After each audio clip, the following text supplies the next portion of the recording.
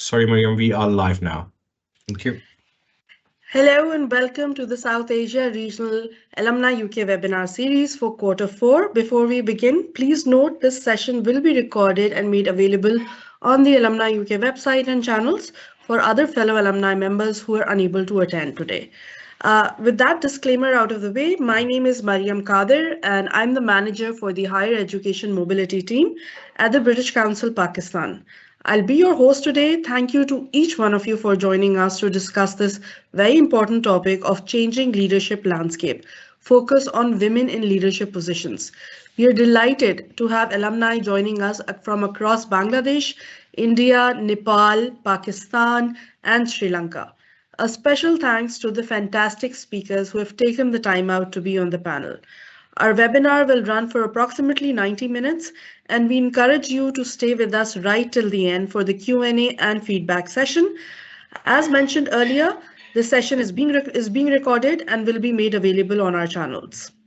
Let me start by introducing the British Council regional team who have been working to bring this event together.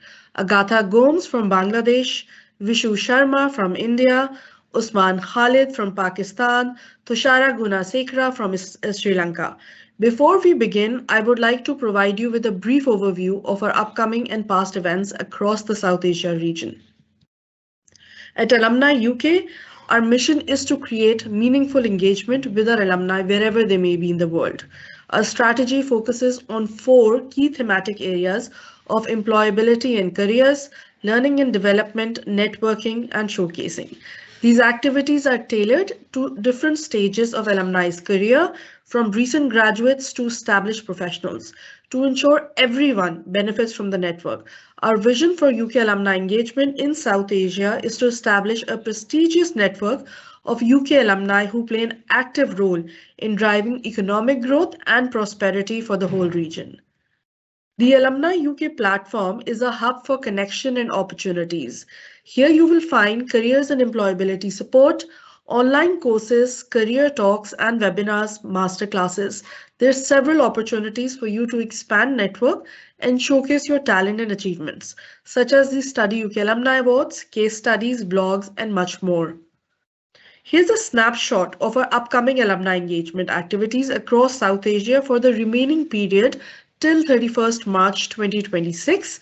We hope to see many of you participating in these events, whether they are online or in person. Keep an eye on your inbox and the portal for more details.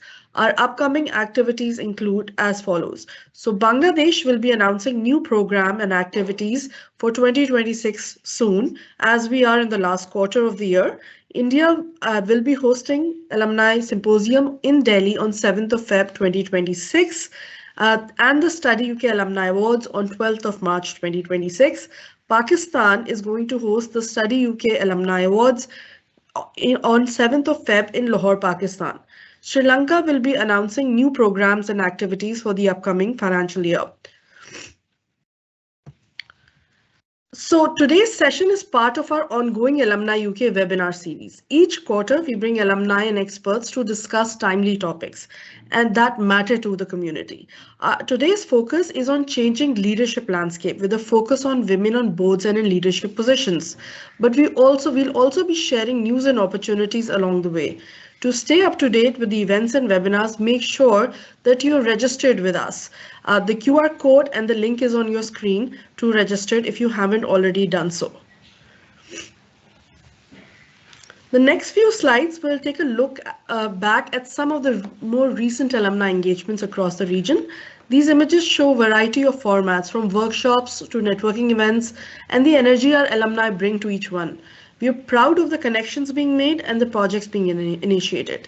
In November 2025, Bangladesh hosted an Alumni UK Gala Night. A total of 250 UK alumni participated at this face-to-face networking event and showcased their work and achievements. Last year in Mumbai, India, we successfully held Alumni UK Symposium, where the alumni were able to network, share their feedback with us, and engage in an interesting dialogues and discussions. We are bringing the Alumni UK Symposium back on 7th of Feb 2026 this year, so make sure that you're up to date with that event as well. Last year in Pakistan, we held networking events across major cities, including Islamabad, Lahore, and Karachi. There were panel discussions in all three networking receptions on leadership in action. The dialogue facilitated representation from UK alumni of different backgrounds, challenges faced, and how they overcame these challenges. Here's a picture from Lahore and Karachi, Pakistan. As part of our annual programming, we also host one-day professional development trainings across major cities of Karachi, Lahore, and Islamabad. These trainings are led by expert UK alumni themselves. In Karachi, the theme of the trainings this past year was empowering alumni for ethical, inclusive, and future-ready workplaces. Additionally, this year, ACCA Pakistan also led brief sessions across the cities and shared professional development opportunities with UK alumni. Similarly, in Islamabad, the theme of the trainings was Innovating with Purpose, Future Skills for Sustainable and Ethical World. And in Lahore, the theme was Well-being, Purpose and Resilience, Thriving in a Changing World. The Study UK Alumni Awards are highly coveted and recognized around the world. Outstanding UK alumni in categories of business and innovation, culture, creativity and sport, science and sustainability, and social action are recognized for their achievements across participating countries. The UK universities themselves take part by celebrating UK alumni on their social media channels and share personalized congratulatory videos for our ceremonies. Here are some pictures of the winners from the national ceremonies held in India, Bangladesh, and Pakistan. Bangladesh recently held its 2026 award ceremony. This will be followed by ceremonies in Pakistan and India, which are going to happen in Feb and March. Please visit the link on your screens for more details.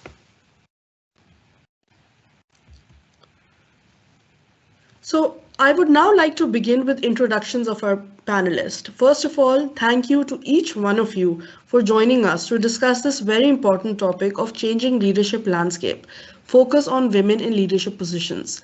The British Council would like to especially thank the fantastic speakers who have taken the time out to be on the panel. I would now like to begin by introducing our panelists.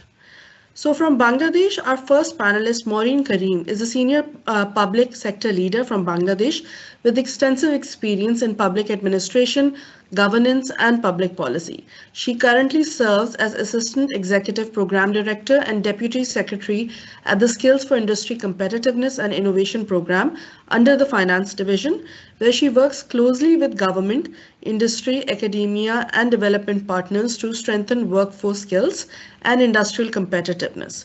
A University of Sussex alumna, Maureen brings a strong focus on governance reform, institutional strengthening, and inclusive economic growth. Welcome, Maureen. Our next panelist is Dr. Devika Singh, a lawyer, mediator, and a gender justice expert from India, and founding partner of Cohere Consultants LLP, a boutique practice specializing in workplace sexual harassment law, investigations, and DEI advisory. With over 22 years of experience, she has served as an external member on more than 6,500 internal committee inquiries and advised leading organizations across sectors.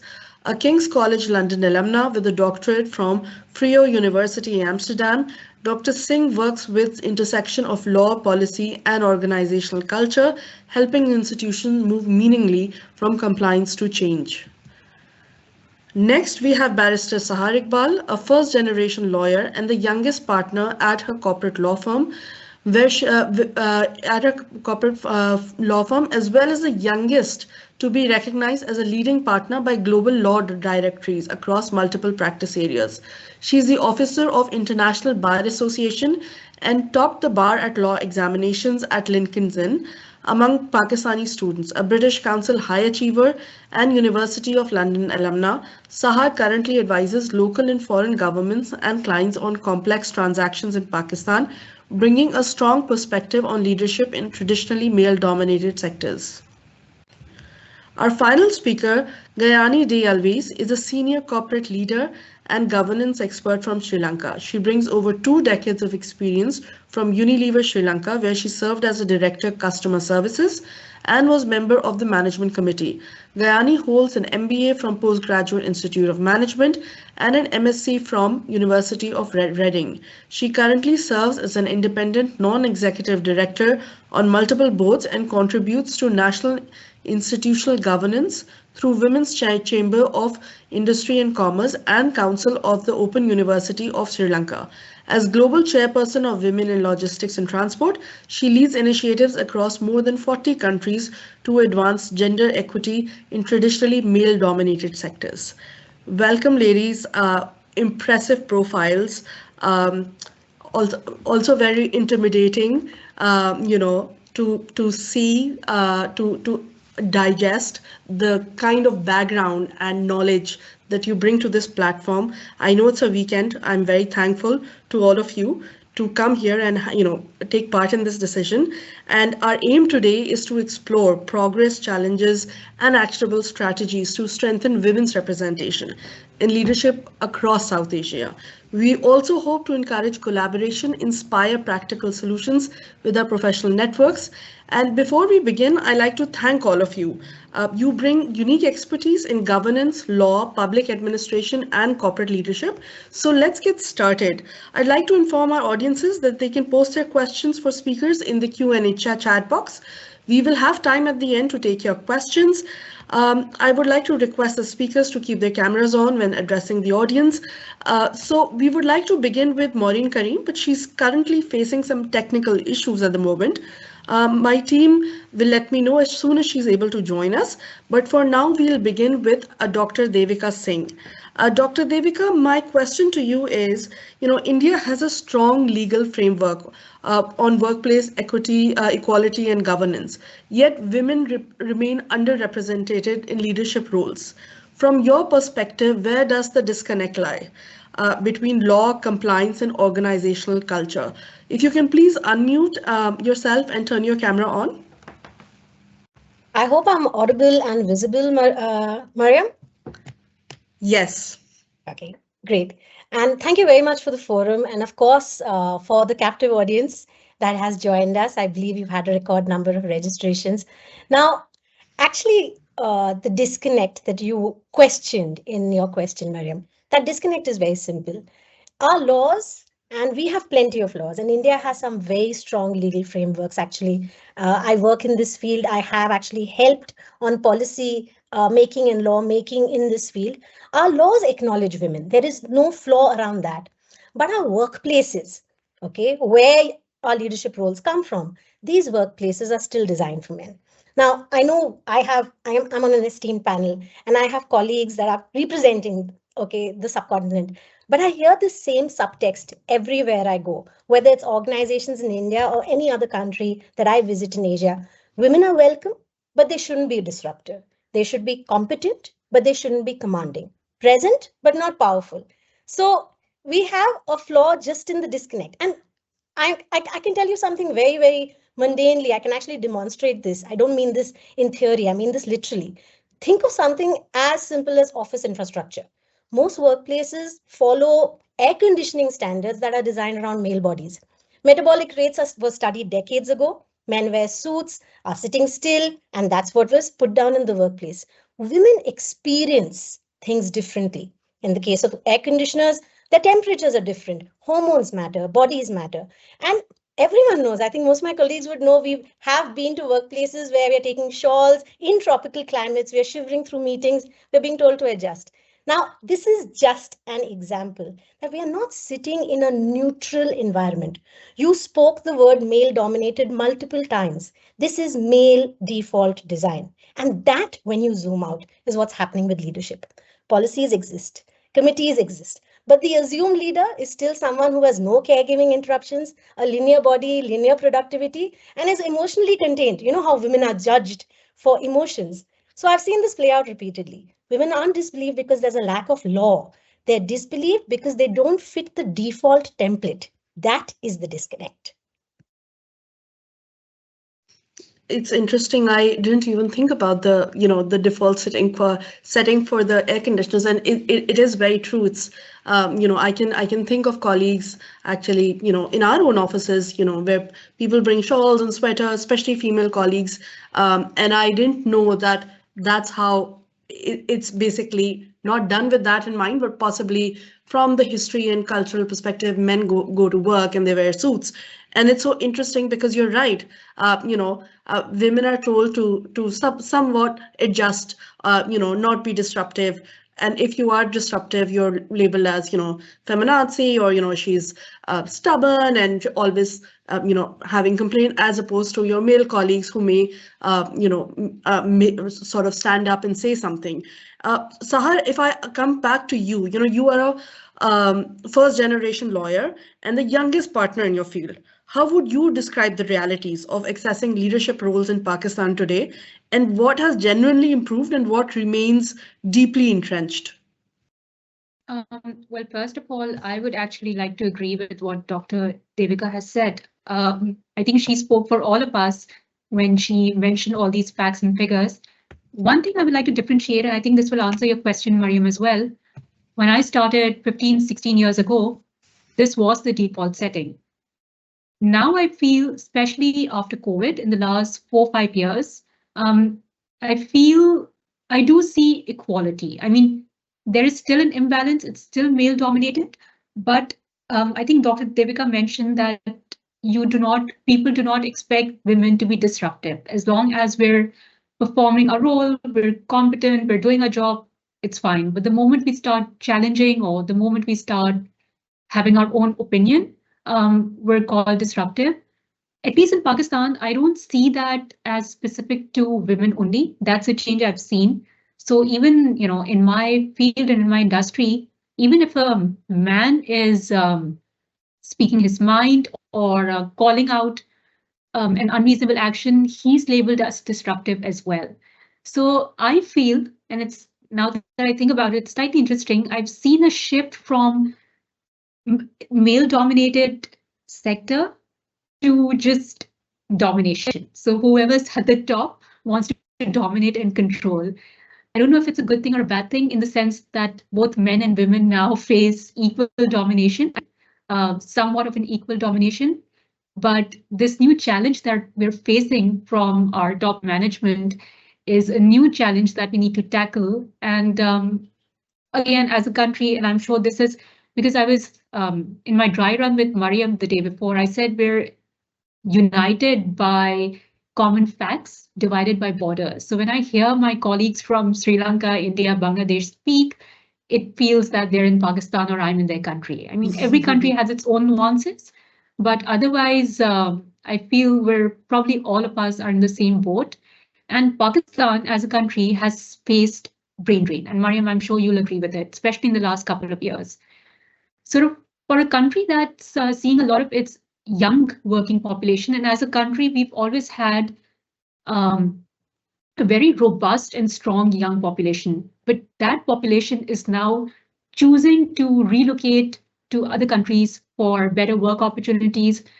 And one of the reasons, I don't think that was the main reason, but one of the reasons also is unfair practices or domination at workplace. I mean, when we talk about toxic workplaces, corporate abuse, that's a very wide term. It can, I know the topic today is women in leadership, but I think it sort of covers a lot of different sectors.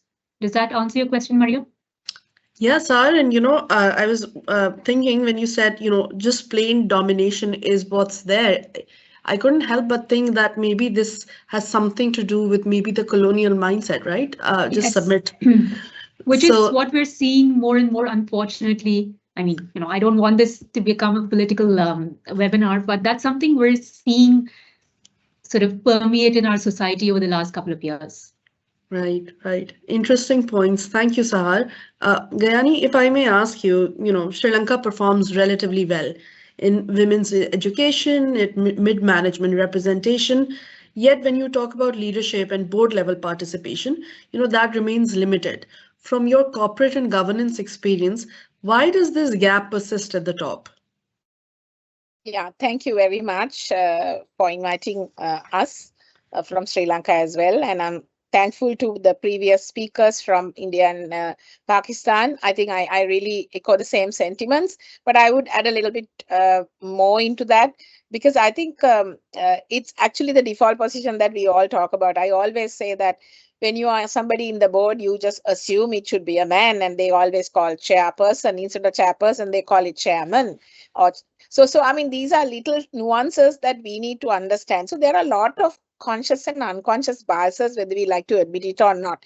Sometimes we as women, we ourselves have that biases also. So consciously, we must do something about it. Having said that, bringing back to Sri Lanka a little bit of statistics, we had the world's first prime minister way back more than anybody else way back in the 1950s, and we had president of Sri Lanka female, and currently we have a female prime minister, and the highest female participation in the political environment in the parliament coming through entirely through meritocracy, by contesting, not through nationalist or anything like that. So with all of that, unfortunately, and women are leading in the university schools, I mean, they are outperforming the boys. But having said that, all these good things are good for us, but unfortunately, the female labor force participation in the country is abysmally low. In the past so many years, it's coming down at a rate, but we need to really understand. And I was part of a prime ministerial task force way back in 2017. We identified 5 areas where why women are not entering the workforce. And then, first you need to have a pipeline. With the pipeline only you can progress them to higher level. So strongly, if I really look at it, we have a sticky flow. We have a sticky flow, and then mid-level we have a leaking pipeline, and then of course we have a problem at the breaking the so-called elusive glass ceiling. So what we have seen in Sri Lanka is that, I mean, like all of us, I think it's a problem world over. Women are faced with triple burden, right? I mean, we have to look after our old age parents. We have to look after sick people if we have at home, and there's not only that, we have our kids to look after and household chores. So we actually, not only if you're willing to come forward to get engaged in the world of work, not only working, but when we come back, we have to have a second shift or a third shift sometimes.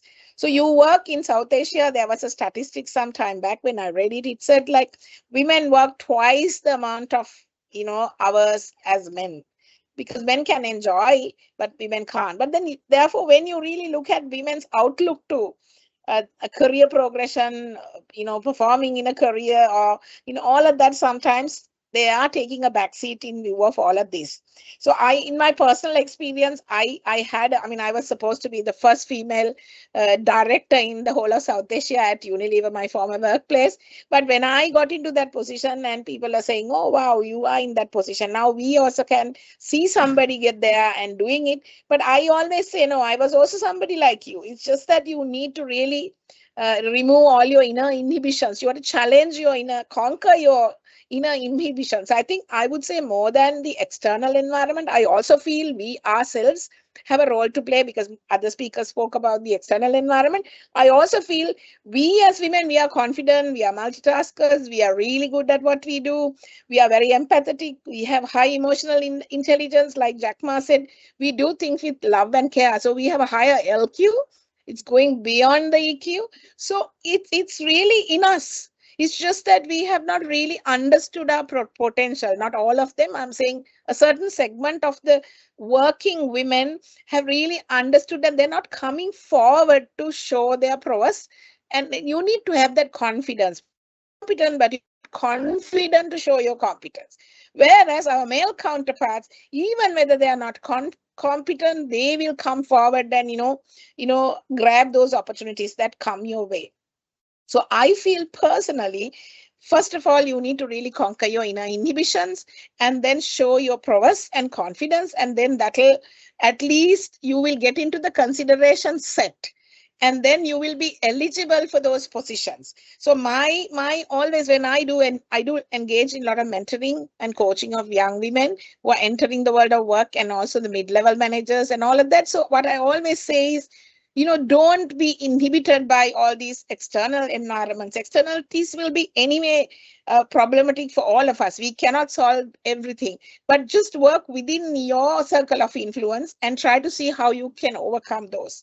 So that's by yourself. But if you look at the external environment, there are lots of, okay, we have by Sri Lankan constitution, it says it's not illegal to discriminate women. I mean, it's at the highest level, it is there, but unfortunately the deployment and enactment is not there. So all that is a problem. So that's where the problem is. So I think as a community from South Asia, what we really need to look at is how do we really push this case, push the envelope, right? So that we all can push that and ensure that everybody understands. So keep talking about it till we do that. Otherwise, it will take 130 odd years to bridge the gender gap. Are we going to wait for that? No, I consider that as an opportunity. So I think since we have the next 2 rounds, I just stop at that because we cannot wait. I feel that is an opportunity that we have. So we as women who have reached some level in our career have a huge role to play to pave the way for the rest of the young women who are really impacted by our behavior. Plus, we can give them a helping hand. So I think structural issues, any other problems will exist, but we are there to solve problems because calm seas will never make skillful sailors. So we have to look at these opportunities and try to overcome the obstacles. That's how I feel it.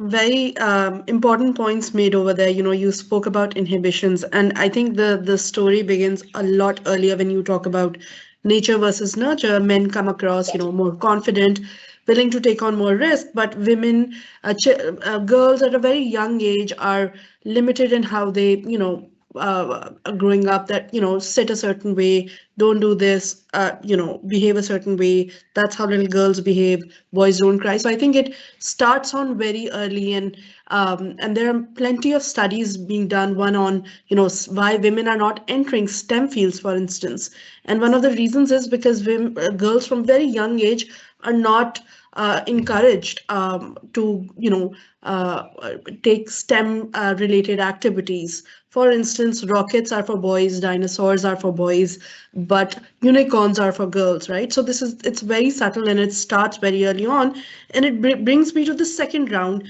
where we'll focus more on what enables women to advance in leadership roles. And we are missing the voice of Maureen Kareem from Bangladesh, but unfortunately, she has not been able to join us till yet. So, Dr. Devika, I'm going to come to you. What practical steps can leaders take to ensure gender equality frameworks translate into real leadership opportunities for women? Before I get into the practical steps, Mariam, I want to acknowledge something very important, the starting point. And Gayani just made me very conscious about it because, she spoke of the constitution of her country and she spoke of the limitations that, she does see in that. In a sense, in India, we are blessed because India, with its constitution, has placed equality at the heart of its national design. So equality is not like a modern add-on. Okay, for us, it's built into the Indian Constitution, Articles 14, 15, 16. They speak directly about equality before law, prohibition of discrimination, and they speak specifically about sex and gender. So the intent is really clear. Women were never meant to stand outside the idea of leadership in this country. And we've seen this. We've seen this particularly transform in the last 10, 15 years. We have mandatory requirements now for women on corporate boards through the laws of the country, the Companies Act, the SEBI regulations. We've got constitutional momentum with women's reservation, okay, in the parliament, all right, which is now through and it's going to happen with the next elections that are going to be there.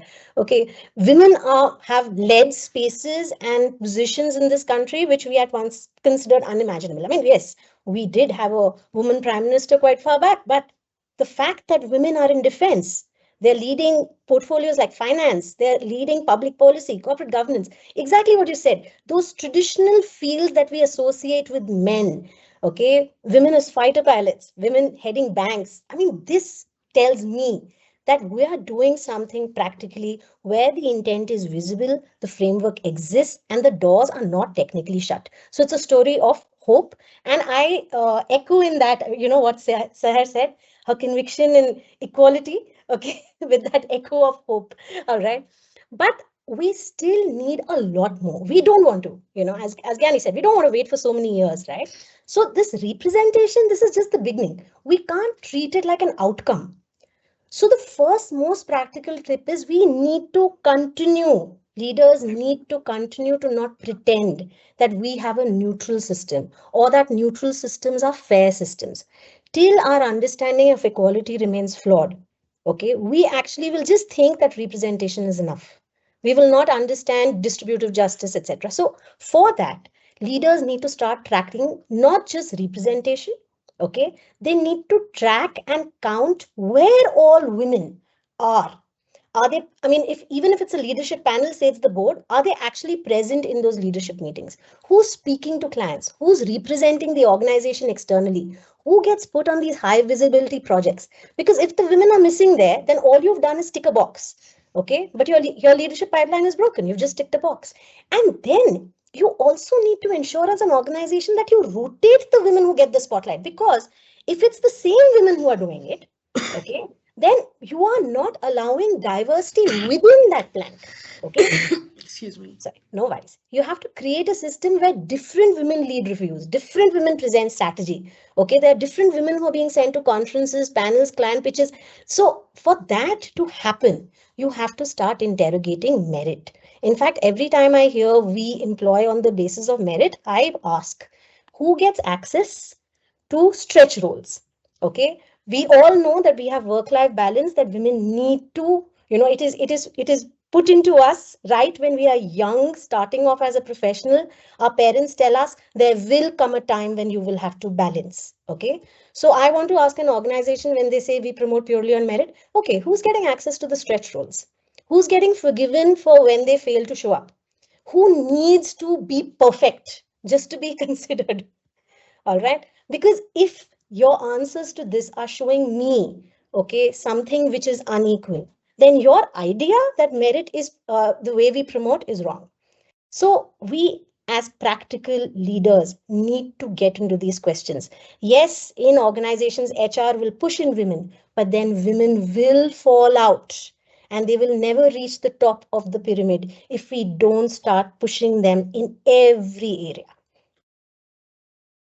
I think some very important points over there about, having these tick boxes and what happens beyond fair representation, and talking about the real, journey from what happens after the representation. These are some very interesting things to look at.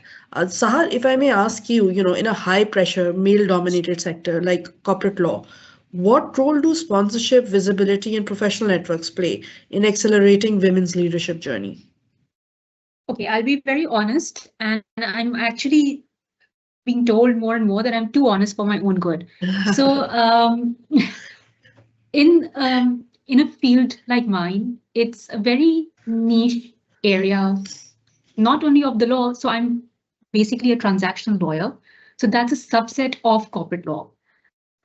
Here, it's a very tough field.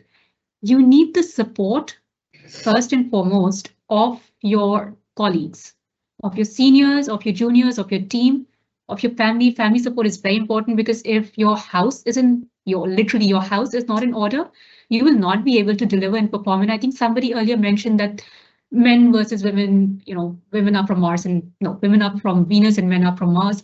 So by nature, we tend to become a little more impacted and affected by what's happening at our home and what's being said to us at home than men. Men can turn up at 9 a.m. every single day. Our hormones can sometimes be out of control. So our days are not the same. And I think this is what Dr. Devika mentioned at the beginning. Each day is not the same for us. Each day of the month is different. So your home, your colleagues, your clients, and it's at the end of the day, it's for you to deliver. A professional network helps a lot, but I think when I started 15, 16 years ago, I did not have the opportunity or insights into a lot of networks. It's only a couple of years later that I joined them. And I think by the time I joined them, I had established my practice a little bit. So I had joined the networks as somebody who was experienced.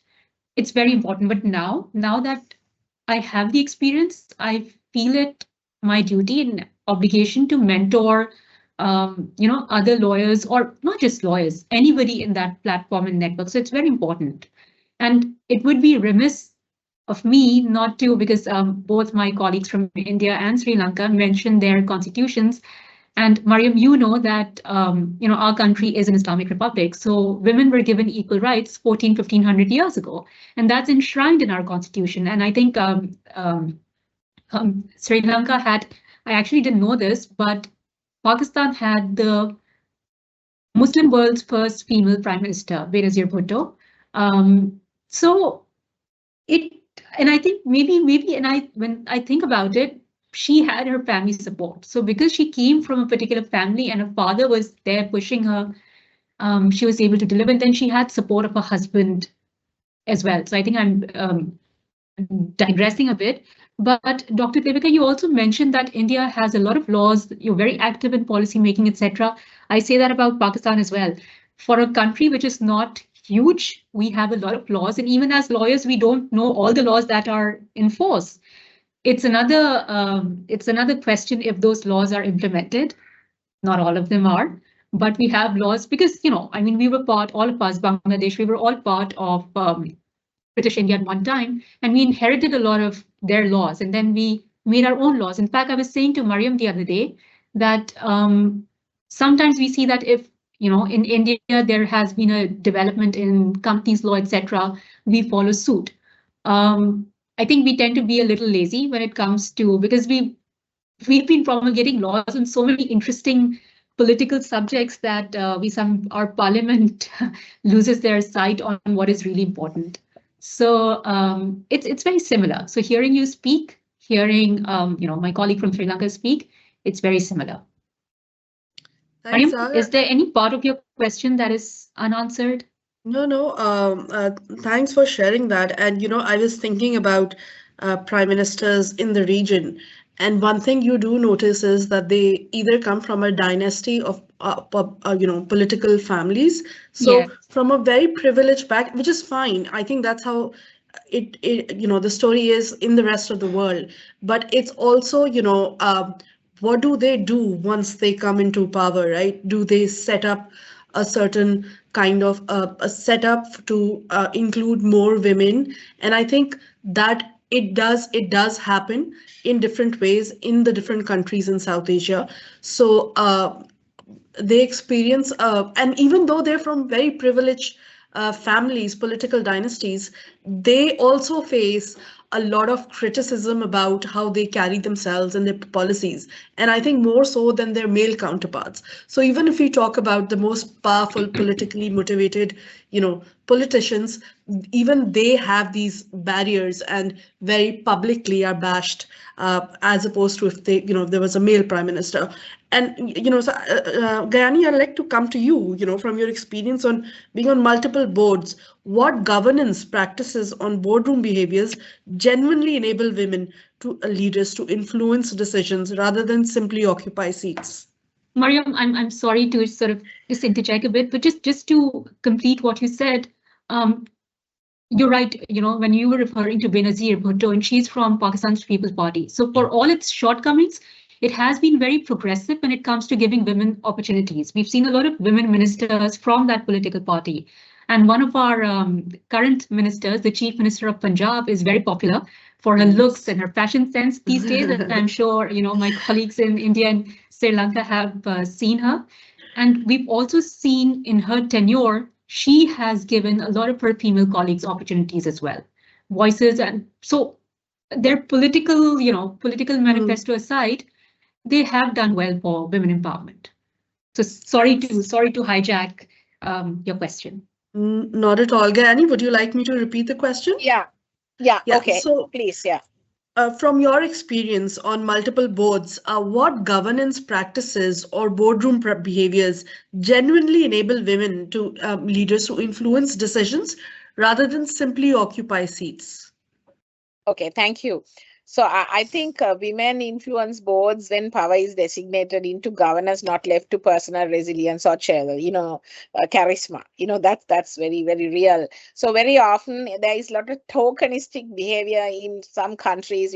I myself, for one reason, I always said don't put me for tokenistic reasons. I don't like quotas being implemented in the country. So I am as part of the Sri Lanka Institute of Directors, we have a women corporate directors forum, and I'm happy to say 2 days back, I in fact got an award from the inaugural National Corporate Directors Award for Equity and Diversity, the work that I do in boardrooms. So I think it's important to understand you must walk the talk. You just be there as a passive passenger there as a board member, like just sitting and just waiting. That will not help, because you need to, once again, you need to show your capability, you need to show your prowess.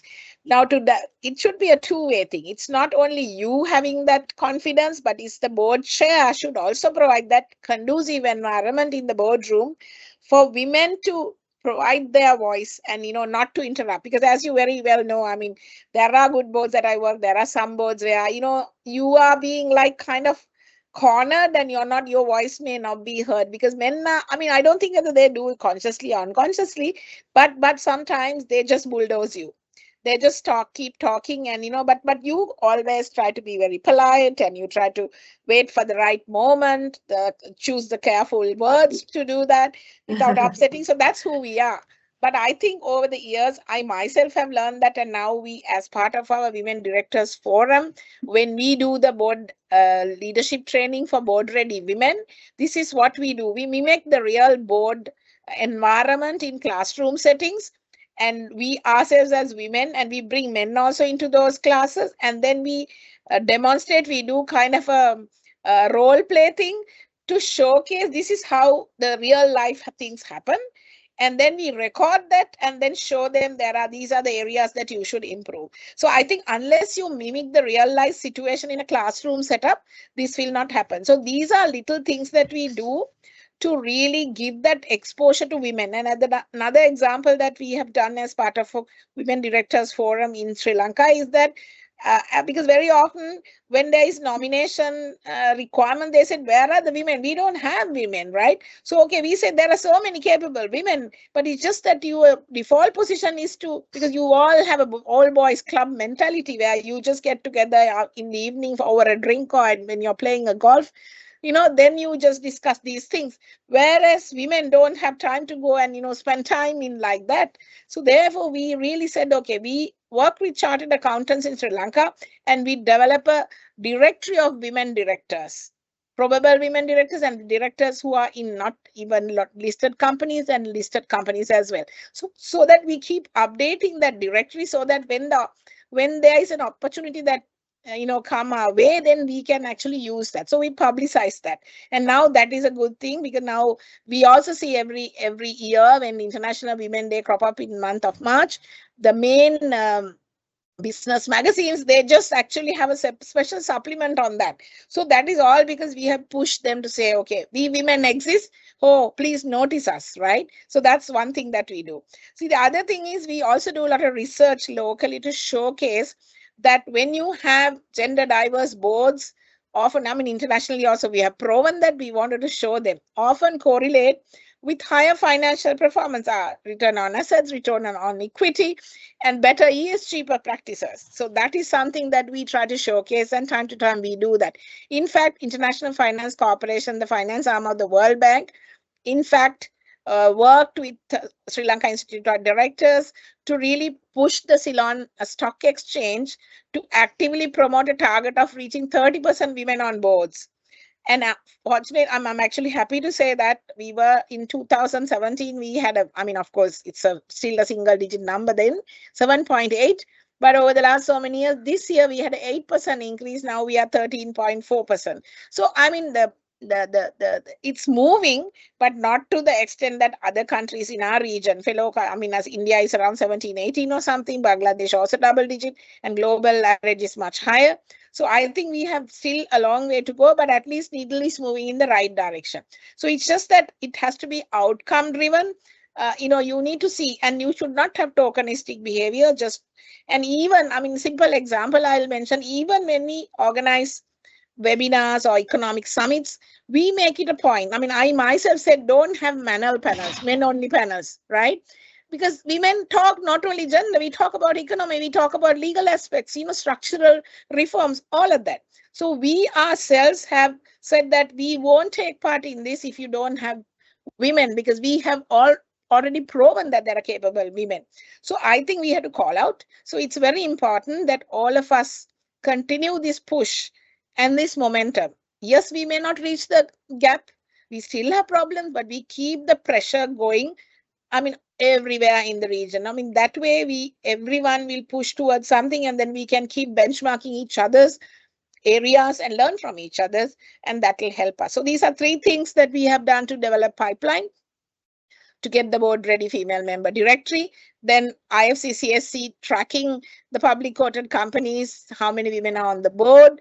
That's one thing. That's again not mandatory, but still we are looking at that, and companies are very positive about it. And also research we conduct to show the business performance, and with little things that we do and continuously pushing the agenda, and will help us to really get some positive feedback and positive news on that.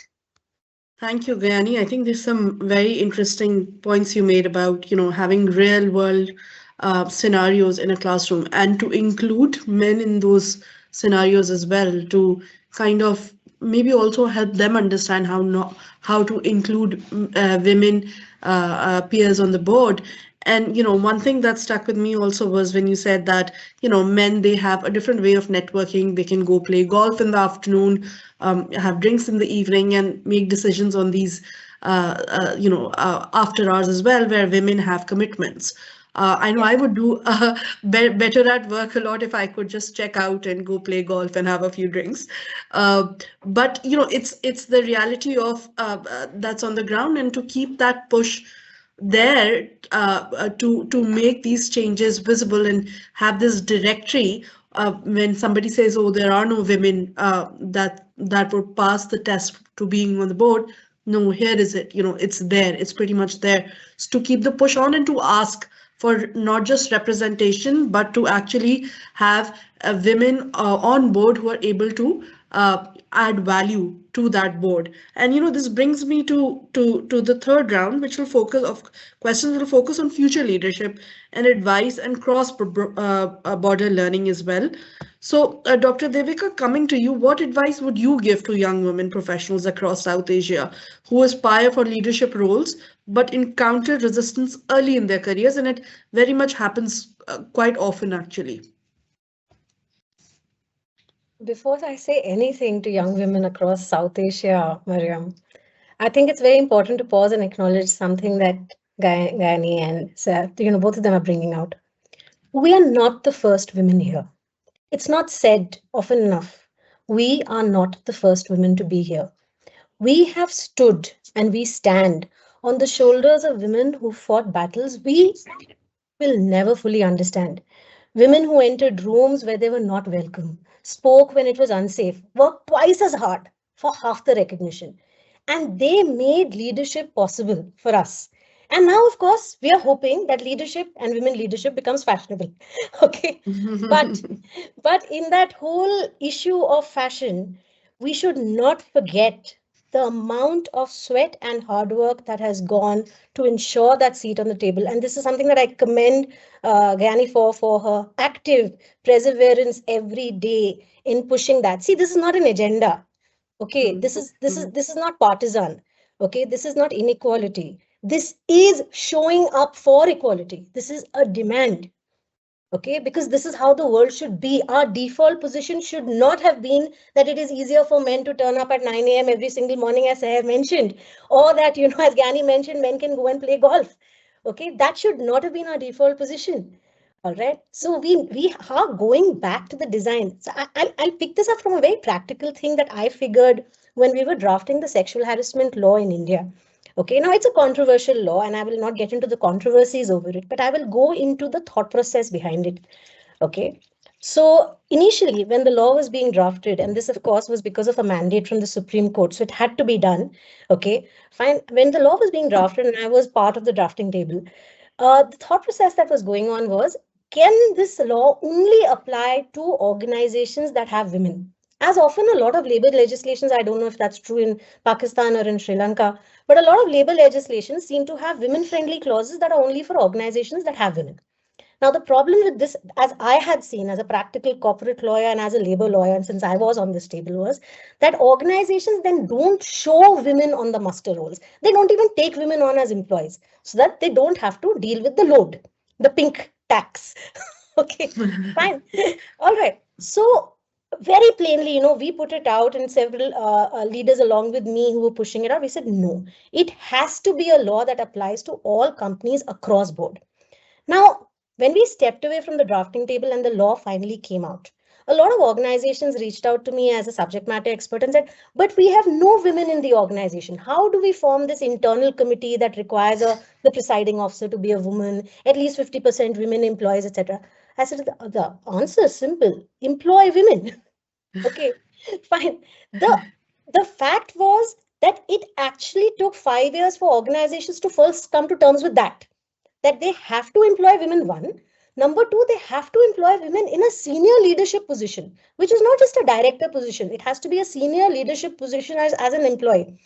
The one thing that we assured was transformation, because when you have even one woman enter this workplace as a senior leader, what you're going to end up having, you will have washrooms that are women friendly. You will have staff in the washrooms that are women. You will have security guards at the door who are women. Suddenly, more and more women start showing up just because of that one change.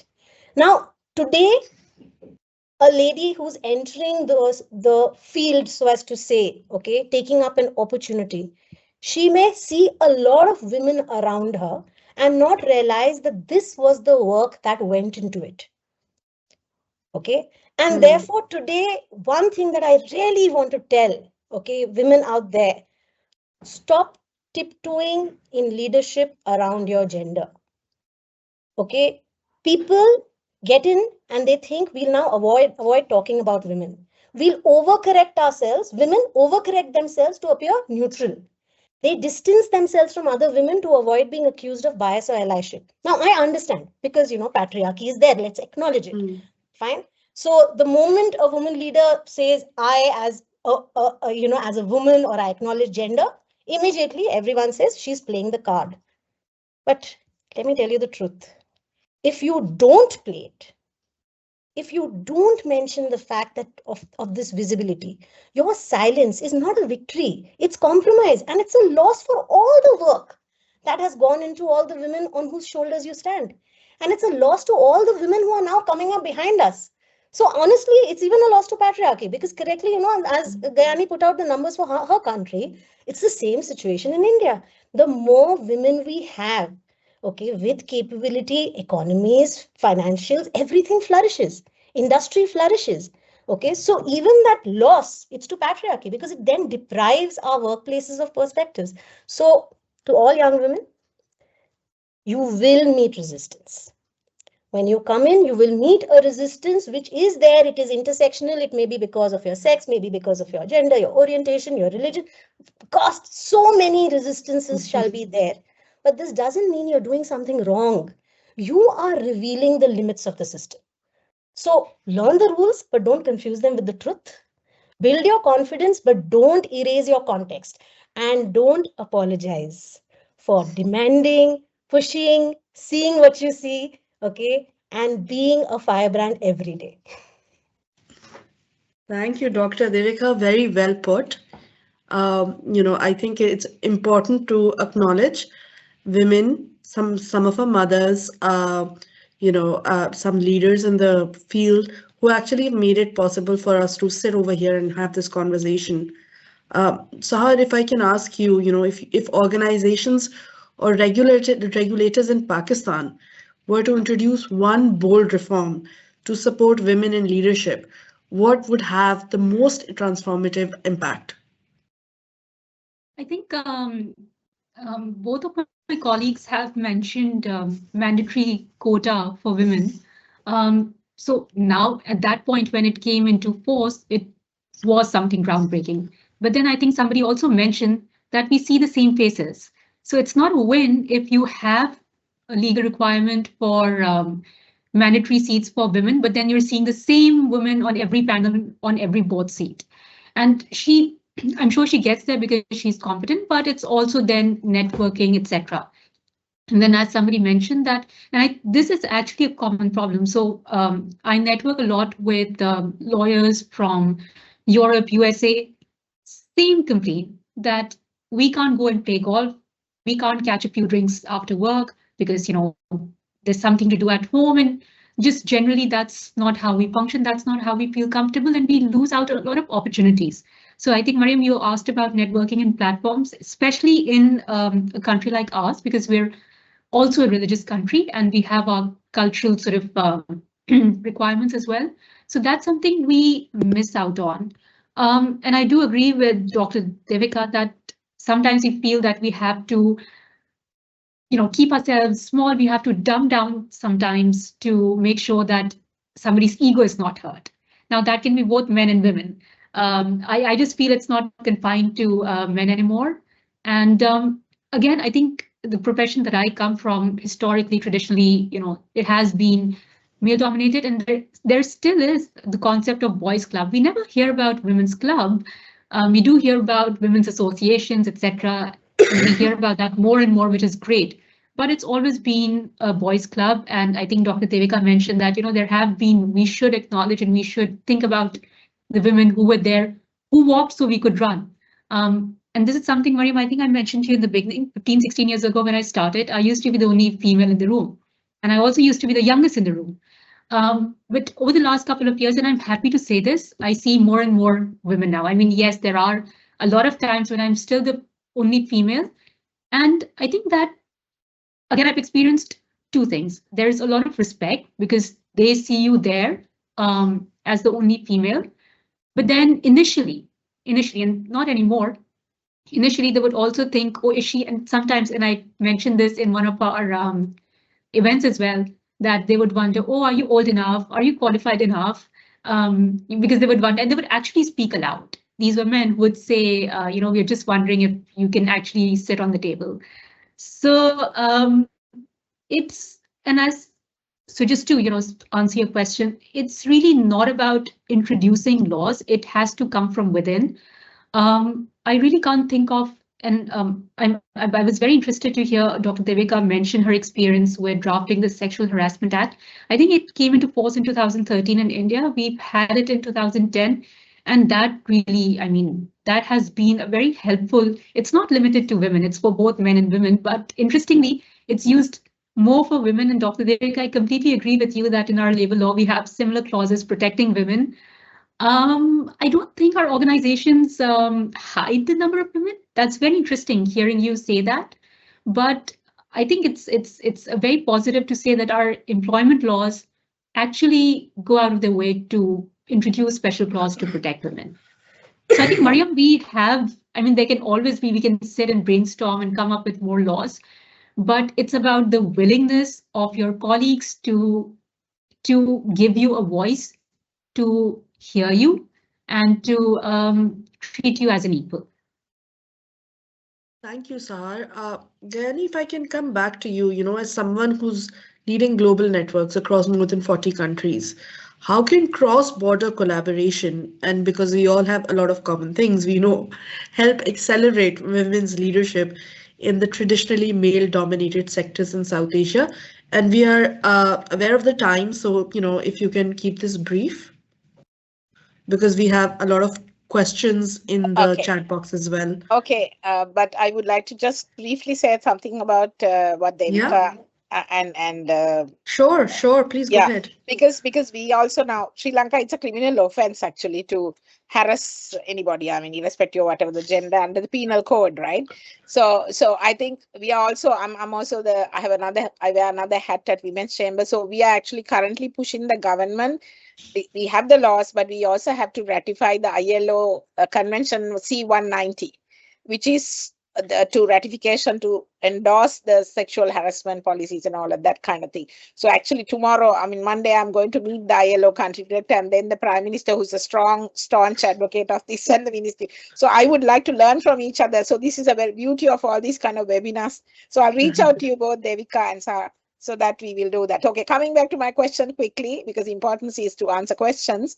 So yes, I'm in a male dominant industry, logistics and supply chain, where only 3% women exist in Sri Lanka, and globally also the numbers are single digit at an overall level, but leadership level there are some women now that the number is increasing. What I see is the cross-border collaboration really transforms women's participation in this area. So that's very important, because if you really want to South Asia, I mean, with the global experience that I have, what we do during our interactions is that we learn from each other about the challenges that exist in different countries, right? And then with those learnings, we know, okay, there are best practices in some countries which we ourselves copy with pride, because we don't need to reinvent the wheel, right? So we tell them and then we do that. And we also have different champions looking at different agendas.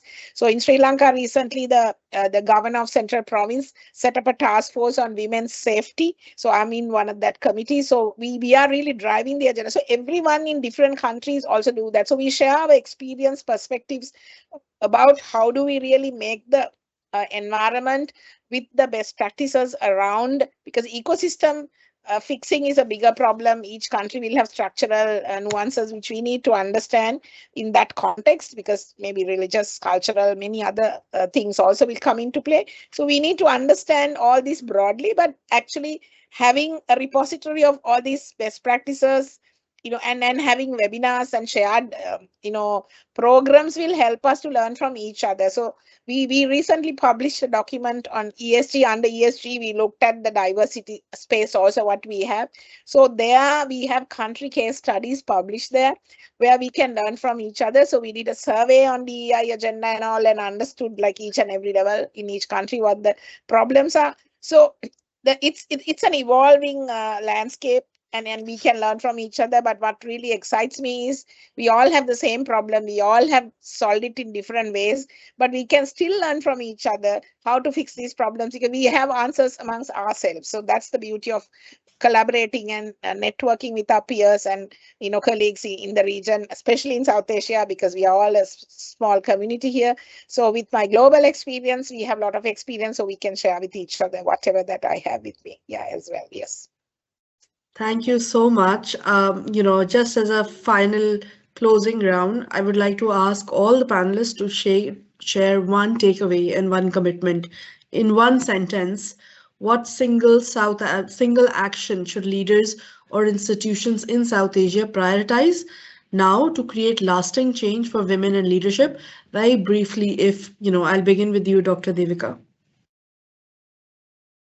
So much has already been said. It's actually very difficult to sum up everything. Maybe as a your focus parting point. words. Exactly. Very difficult to actually, just talk about one single action. I wish that magic wand existed. But in the practicality of all, in my whole bucket list of everything we should be doing, okay, I think one very meaningful change would be if we start building in caregiving and flexibility into our workplaces, so that these actions which are so necessary for society building, for country building, for nation building, for generation building, okay, these actions of women, don't penalize them. So stop rewarding just availability, start rewarding outcomes. Okay, ensure that women aren't paying the pink tax like that. Thank you. Sahar? I would actually agree with Dr. Devika and my personal experience. So, and I felt that the reason why I was able to, to achieve was because I was there every single day. Rain, shine, sickness, health, death, happiness, funeral, wedding. And I felt that, if I wasn't there all the time and if I didn't work hard so much, I wouldn't be able to make it. And the moment I felt that, I stepped back a little, or, when I tried to introduce flexible working hours or flexible working environment, that's when I saw the reaction that and I said to them, it's not a government 9 to 5 job. You focus on the outcome. You don't have to see me in the office every day from morning to evening. I mean, you know how I work. So I do agree with that. But I think more than, and your last question, what law or what, reform can be introduced, it's really about the mindset and the willingness to give them equality, to give them a voice, whether it's women or men. I'm sorry, I want men to have equality as well, but I think that's my answer. Thank you, Sahar. Gayani? Yeah, I think there should be accountability, in my opinion, whether it's institutional, whether personal, organizational accountability, very, very important. But I think we must bring men to this table as well, because we need strong he for she's, I would call you, and women calls about he for she's, because we are preaching to the converted otherwise. We all know what the problems that we have. We need strong male allies, because your gender should not define what you want to do in life. So all that is possible when you bring both genders together, because we both bring different skill set to the table. So it's not a nice thing to have, but a strategic imperative for sustenance of our economies. So we can be stronger together. So therefore, accountability is, I would say, individual accountability as well. So all four has to happen. Then this would be a very diverse and a very equitable space, I would say. In our lifetime, at least I could see something getting closer. Yeah. Thank you so much, ladies. This has been such a productive and enlightening conversation. We're going to, before we go to the question and answer session with the audiences, I would like to draw your attention to the feedback link in the chat and on the screen now. If I can ask all our audiences to please fill the feedback form and share your thoughts with us. If you plan on filling the feedback form until after the webinar ends, please copy and save the link on your device, because once this session closes, the Q&A box will disappear and you won't have access to the link anymore. So we will take a 1-minute pause here. Happy to see a man in this final slide. Yeah. I hope it is Well, intentional. we had to include one. The tick box. Yes, I, yes, yes, I, yes. I like it when tokenism is flipped in a particular way. Yeah. But I must say afterwards here in Guyana, and I've said as those final sentences, I really felt the urge to say Tathastu, or probably as Seher would understand it as Inshallah. Okay. Inshallah. There is so much hope. I hope. We hope. Yes. No, the last slide shows that the tables have finally turned today after our webinar.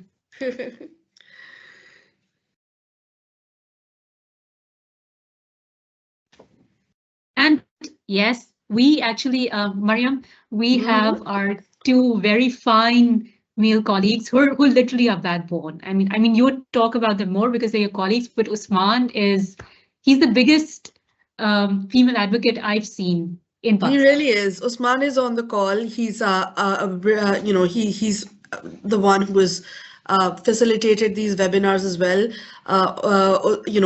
He's in the background. Usman, I don't know if you want to say hi right now, but he leads our team nationally in Pakistan, and he really is, and I can be a witness to that. Very accommodating, very understanding, and gives equal opportunities to all of us. Thank you, Sahar and Mariam. Hi, everyone. So I think And Haroon as well. And Haroon as well, Absolutely, yeah. yes. I was about to say that, whatever Mariam has mentioned, this second male colleague who is working in the background also seconds that. Yes, definitely, definitely. I'm very lucky to be in a team where, I feel very supported by all the male colleagues on the team. And, having said that, I think we are, Haroon, if you would like to take over the Q&A session now. Absolutely, Mariam. And it is a blend of comments that we have received from the audience that we had today, and a good number of questions as well. And I will try to blend two questions from Musarrat Jami. She is asking why men underrepresent women in leadership positions in higher education. And she is also curious why there are no women in higher leadership positions, especially the vice chancellors in universities in Pakistan in the co-education setup. So I believe Barrister Seher, can I please request you to answer, take that question? Yes. Sure. For some reason, I actually can't see any comments or questions, so I'll just respond based on what you've said. I think the reason, as we discussed, is because not just law. So I'm a lawyer, not just law. Most of our sectors have traditionally been male dominated. Our men like to show, not the men on this call, but generally like to show that they're more capable, they're more competent, they're better. Um, and they, because women were expected to be at home and be home, So sorry, so they were Seher, not I able believe. to. Is it me or we are not able to hear Seher? There is distortion from your end. Able to There is a work. break in her And because they were voice. not able to work, we didn't see them.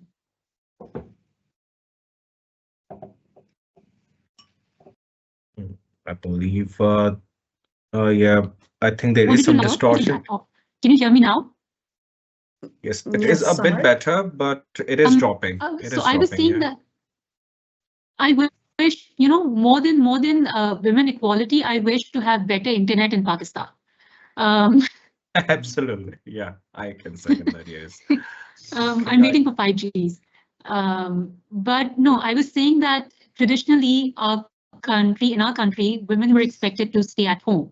So even if they were qualified, even if they were capable and competent, sometimes they were not allowed to work. And because they were not allowed to work, you didn't see them in these roles. And even if they did manage to work, they did not get equal opportunities from their colleagues or from their employers, if that answers the question. absolutely does. And now moving to the second question, which is from Noor.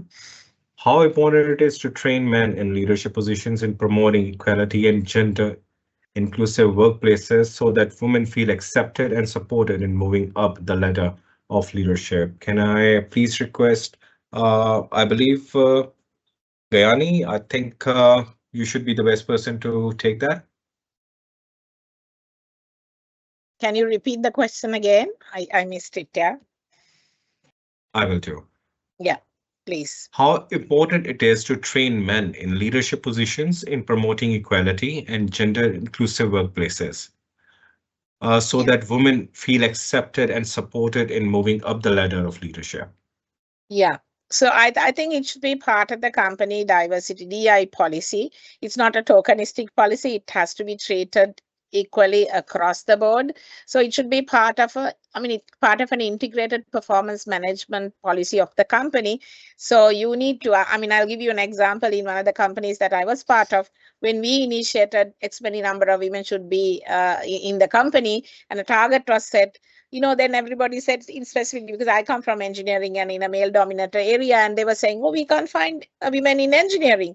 Okay, so then what we read there was, we went into the universities and asked them to source those candidates and look for those candidates, because without just expecting to, really understand the number there, plus if you at the board level, if you don't get X many number of women candidates in the application list, you send it back and say, please, get, because if you have at least sufficient women, then it gets into the consideration set. So you need to create that, inculcate that mindset among everybody. The default position is not all female, all male, and there are capable women out there as well, because if you have 52% of the population in the country, at least some percentage will be available. It's just that you need to go and look for them. So HR has to be given a target like that. It's again not a tokenistic way, just get media. It has to be based on meritocracy, but you need to have clear guidelines, and also you must train across the board on conscious and unconscious biases, because even as women, we do have conscious and unconscious biases. So when you train women, men and women both together, to explain to them how do you really identify that, remove those biases, and you might even in the application process, and when you're evaluating gender blind application, so you don't put a man's picture when you're asking for an advertisement. You must make sure from the beginning, in the entire employee life cycle, you need to make sure it is gender sensitive, and you do it in a very neutral manner, so that the default position becomes anybody, right? As I again reinforcing, your gender should not define what you want to do in life. So that is what you need to do. So it'll not be easy, but you need to make the first step. When you start it, it becomes second kind, it becomes the norm, it becomes, part of your DNA. And then, it'll take some time. It's a cultural change, but the company must be really passionate about it, really driving this agenda. I think it has to be something that has been driven by the top. Thank you so very much, Gayani. And now moving on to Dr. Devika. The question that I have for you is, how can women overcome feelings of guilt that inhibit them from prioritizing their career alongside family life?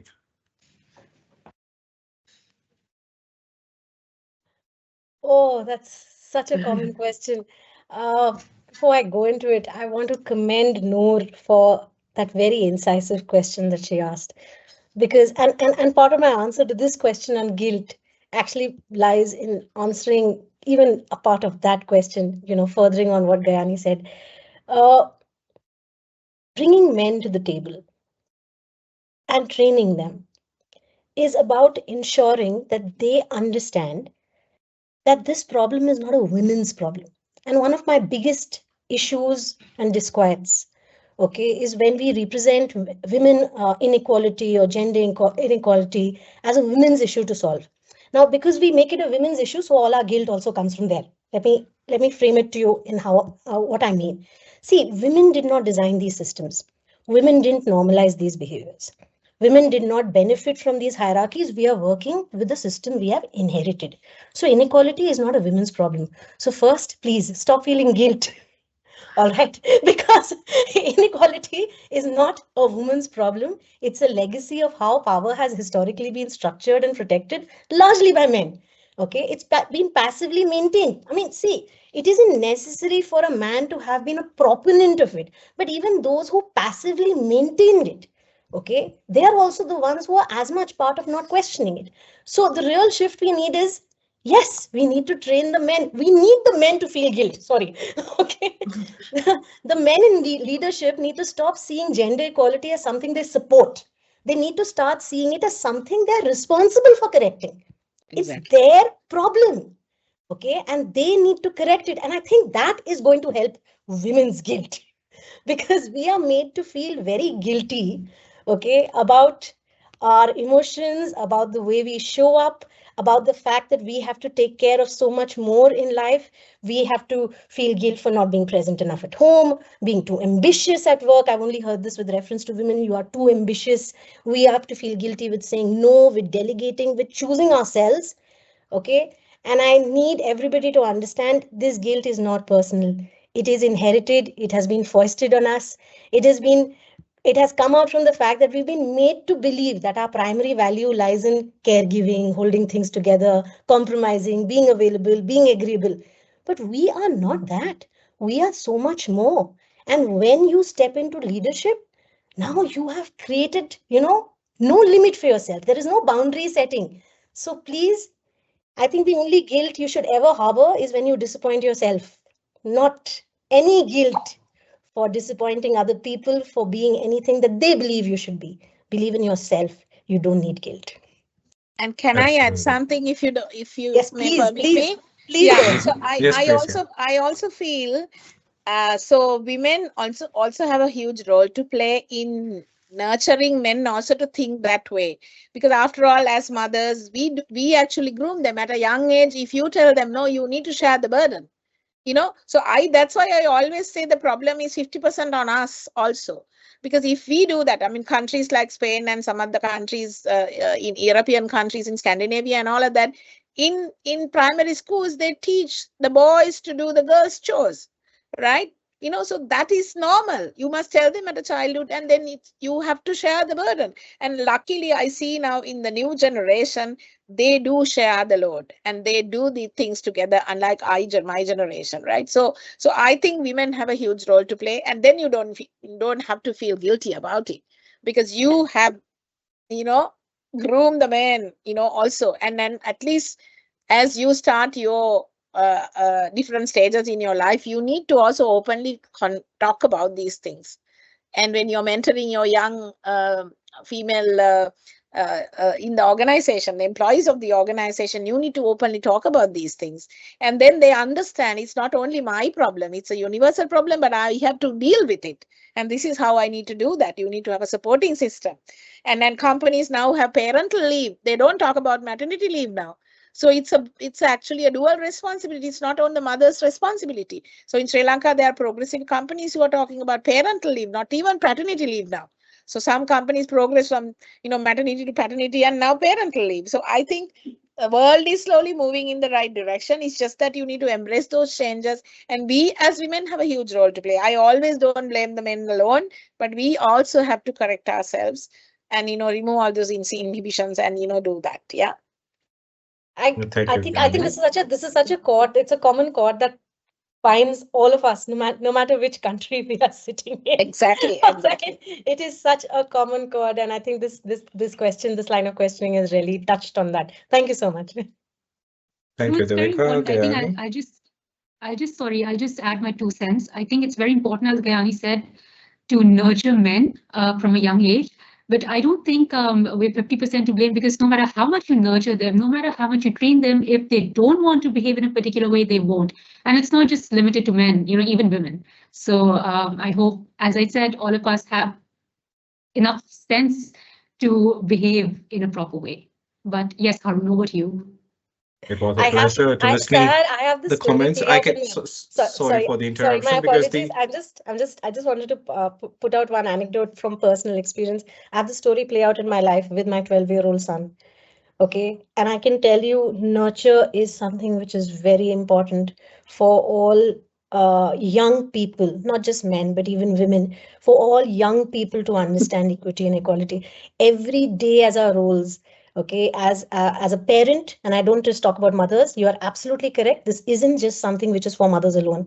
Okay, but as parents, as we nurture the next generation, there is a lot less guilt that can come in when people are just being their authentic self. Wait. On this closing remarks, I can say the next question, the upcoming question from Faiza Farooq, is for all the three panelists. So the question is, as women excel in leadership roles, they sometimes face subtle destabilization like gaslighting or shifting expectations that can undermine their confidence. What are the most effective political or communication strategies you have used to stay grounded when you feel your authority is being chipped away? So you are on camera, Dr. Devika. Can we please start off with you? I think I've just had a very, very passionate response to the idea of guilt. And I would probably, approach this also, approach gaslighting very similarly. It's a very common experience that women face at work. It's one of the hardest for us to name. Okay. And we meet passive aggressiveness with comments like, you're overreacting. Okay. Or even with, when you actually call out someone, and we see this a lot in sexual harassment cases also, when someone calls out another person for how they are discriminating against them, promptly the response that comes out is, that's not what I meant. You're being too sensitive. And even going down the hill to even suggest that, oh, it's hormones, it's that time of the month. Gaslighting is invisible, and it just comes down everywhere. All right. And this is when women start doubting. They start doubting their memory. They start doubting their perception. They start doubting whether they should even have an emotional response. That's what gaslighting really does. So, how to deal with it effectively in effective communication? Okay. First, be clear. Get your clarity. What we have often found when you're training women, particularly in instances, when we're training men and women in workplaces on how to call out sexual harassment, we ask them to have clarity by just maintaining their own notes. What happened, when it happened, what was said, how did you feel? So that even, if you feel like your memory is being shaken, the written words are there, so they cannot. Then separate the fact from the interpretation. And then don't argue aside when someone's, don't argue inside yourself about the distortion. If someone's telling you you're misunderstood, stop trying to convince them, because it's not a misunderstanding. Gaslighting is a tactic. It's a tactic meant to exhaust you. Okay. You can even try things like reality checking with safe people, but recognize your truth. Fine. And don't doubt your sanity. So if you want to say it exactly as it is, call it out and then stand by it. The most effective communication is the one you throw your weight behind. And you need to throw your weight instead of adding words like if, but, maybe. Avoid that. Be real, be vocal. Thank you, Dr. Devika. Can we please take comments from Sehana? Yes, I agree with Dr. Devika. I think it's very important, self-confidence. And if people will gaslight you, there's a term called corporate abuse as well. They'll try to dumb you down. You need to be confident enough, and this comes with practice. I know it's easier said than done, and especially in our early stages when we're still trying to make a mark. And as I think, as Faiza, the one who's asked the question, she said, gaslighting comes when you've been promoted, when you're at a senior role, because that's when they start feeling or they see you as a tall poppy. But at that point in time, you know your achievements, you know your own value and self-worth, and you know that you're here because you're capable and competent, because you've worked hard. So if people are gaslighting you, and once you realize that they're gaslighting you can try and communicate with them. But again, based on my personal experience, I've seen that they will not really change their ways. So it's best to protect your own peace, to have boundaries. Very important to have boundaries and to focus on your work and not let them impact or negatively affect you. Confidence is very important. Just focus on your work. Don't let people derail you. It gets into your head. I know that it does get into your head. But once you're at a senior position, it's because you've come that far and because there's something inside you that will take you to the next stage as well.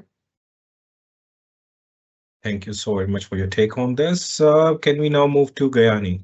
Yeah, I mean, personally, there have been many moments like that now with my experience and over the years listening to all this nonsense. Sometimes I just have a thick skin because you have to be thick skinned.